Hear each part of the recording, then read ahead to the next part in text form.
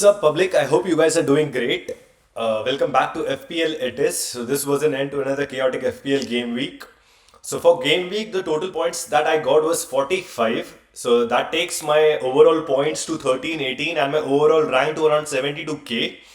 For the moment, I'm not focusing too much on the rank because I think the margin of error is very slim at the moment.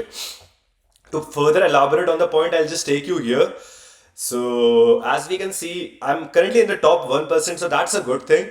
And I'm 8 points off the top 50k. So the point I want to make here is in order for me to get into the top 50k, I need 8 points. Similarly, if I want to get back to 100k, I need negative 8 points from the stage I'm at the moment. So the margin of error is very slim here. With one good game week, you are here, and with one bad game week, you are here. The only thing we can do is choose the captains properly and get the most value from our teams. So getting back to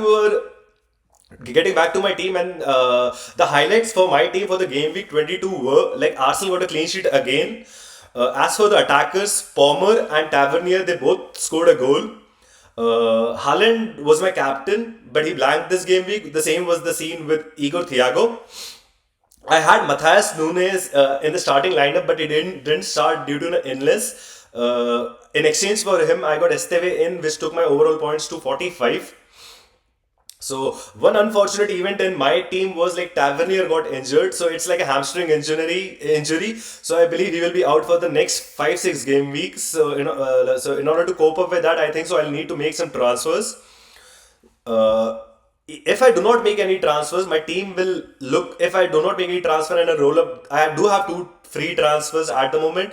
But if I decide not to make any transfer and a roll up, my team will look kind of like this. So I expect Matthias Nunes to start next game week. Esteve with Tottenham home is not a bad option, but as Tavernier will be injured for the next 5 to 6 game weeks, I believe it will be better for me to just have a proper alternative in place.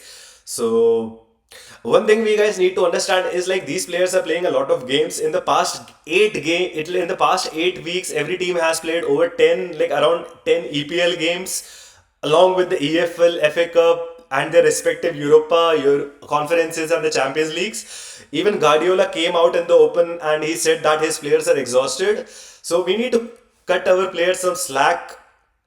So whatever they do is for our entertainment, and our entertainment shall not become a misery on them.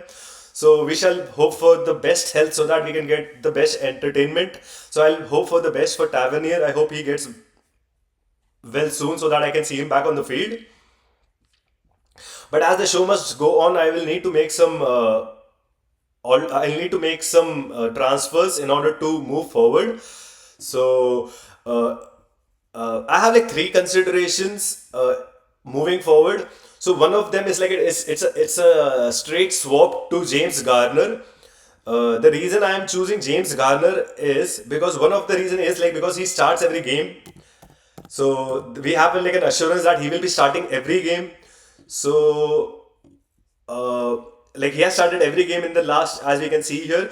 And one of the stat that I'll put forward of James Garner is the defensive contributions. As we can see, he got 29 defensive contribution against Aston Villa.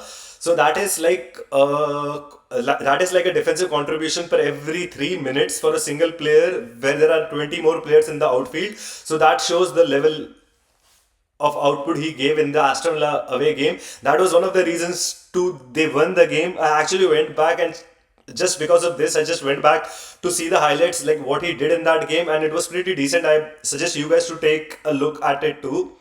So one of the consideration is James Garner. The other consideration that I'm making, but it's kind of like a lucky punt. I won't it's just a consideration where I have to tweak a little, where I have to tweak my team a little.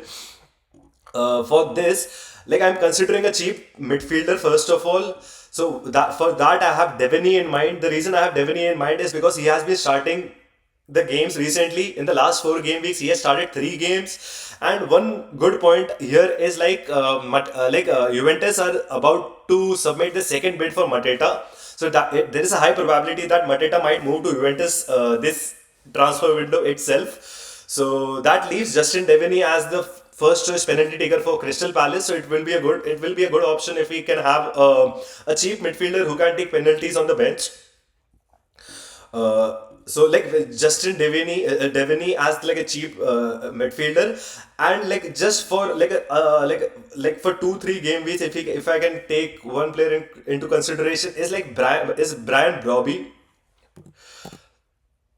So for Brobby, like he has started in 3 games and he has scored 2 goals in the last 2 game weeks. But the only concern moving forward are his fixtures. So like if I use my imagination, I can assume like Sunderland to be scoring max around 6 to 8 goals in the next 5 game weeks. And like if I consider how many goals will actually Brian Brobby be a part of those goals, so that leaves that consideration to a consideration itself.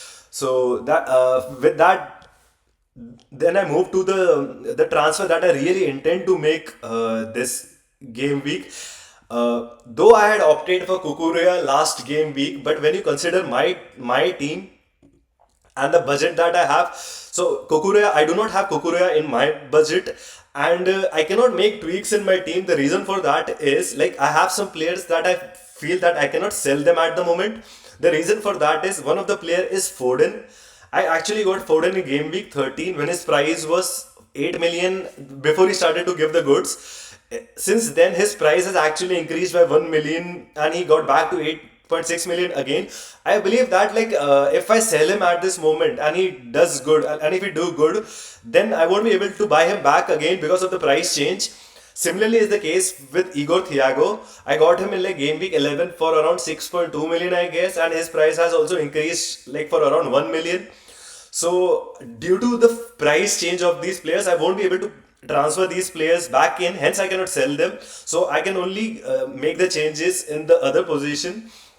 So as I do not have the budget for Kukurea, the other player that I have in mind is Chaloba. The reason I am thinking Chaloba is mainly because of the Chelsea fixtures. So as we can see, the next 5 fixtures of Chaloba are Crystal Palace, West Ham, Wolves, Leeds and Burnley. Out of them, West Ham, Leeds and Burnley are actually at home. So this can be a very good run for Chelsea, and like eventually if I see like in replacement for Tavernier, like which is a 5.5 million player, who can be the best 5.5 million player at this moment. So I believe Trevor Chalobah can be a very good bet to place on. The only concern I have for him at the moment is like he is one of the most uh, he transferred in player for this round, I believe. So like he is the third most player who has been like third most transferred player in. So there is a probability that his price might increase in the upcoming future. So I'll have to do the transfer ASAP. To be honest, it makes no sense to wait too much also because his price will increase. And some good parts about Chalobah is like we'll get an assurance of starting. He has been starting every game for Chelsea, so we'll get an assurance that we have a Chelsea player who will be starting. I do not have the budget for Kukurea, hence I'm opting for Trevor Chalobah, who I believe like can be the best Chelsea player to put a bet on after Kukurea, according to me. So if I do make the transfer, then my team will look kind of this for the game week 23. I do expect Matthias Nunes to start, and instead of Esteve, it will be Chaloba in. So this and one thing that I can like for consideration here, consideration is like I do have the remaining of the chips, bench boost, triple captain, wildcard, and the free hit available, and I do not intend to use them anytime soon. Uh, I will in the next video I will be elaborating more how I will be implementing each of these chips. But long story short, I will convey here is like we won't be able to know anything before the game week 31. That is when the quarterfinals of the FA Cup take place.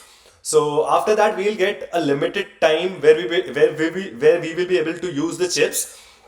My point is here is like at that time you will be uncertain, I will be uncertain. The only thing common at that time will be the uncertainty at that time. So if we can use the chips properly at that time, it can actually work in our favor. So I'll be studying more into it, and I'll be giving more inputs in the next video on how I will be using the chips further down the lane. So this will be it for this game for game week 22 review. I'll see you guys again soon. Thank you. Take it easy.